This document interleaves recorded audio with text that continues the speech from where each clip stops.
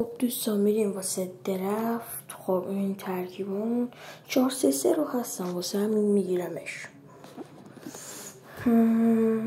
امباپه به نظرم میگیرمش.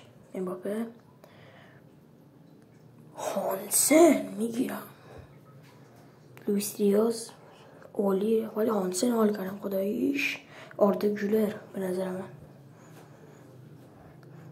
نمیشستم هر 90. سرخیو بوسکت عالیه این باشه. لوکاس واسکز خدایی هستم.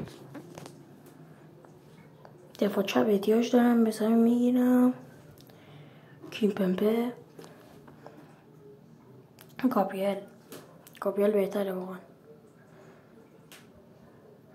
خب این بعدی این 83 رو میگیرم. بریم اینجا رزرو اول شروبروفسکی. بابا چیه؟ یس محمد صلاح توتس 95 رو میگیریم. خانومه رو میشینه اوکی. الیوت میگیریمش. کلا تا اینجا عالی بود، نبودش. کولیبالی رو میگیریم. تا اینجا خلاص نات بد بود. هریکین، کارتسخلیا رو میگیریم. هاکان چالهانوغلو بهترینه.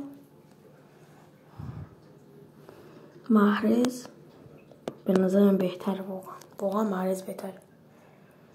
کانوارو فندق، ولی من کانوارو رو دوست دارم، برمیدارم. دفاع چپ بالاترین اورال دفاع چپ رو برمیدارم.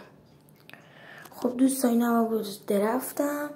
تا ویدیوهای بعدی، خدا یار و نگهدارتون.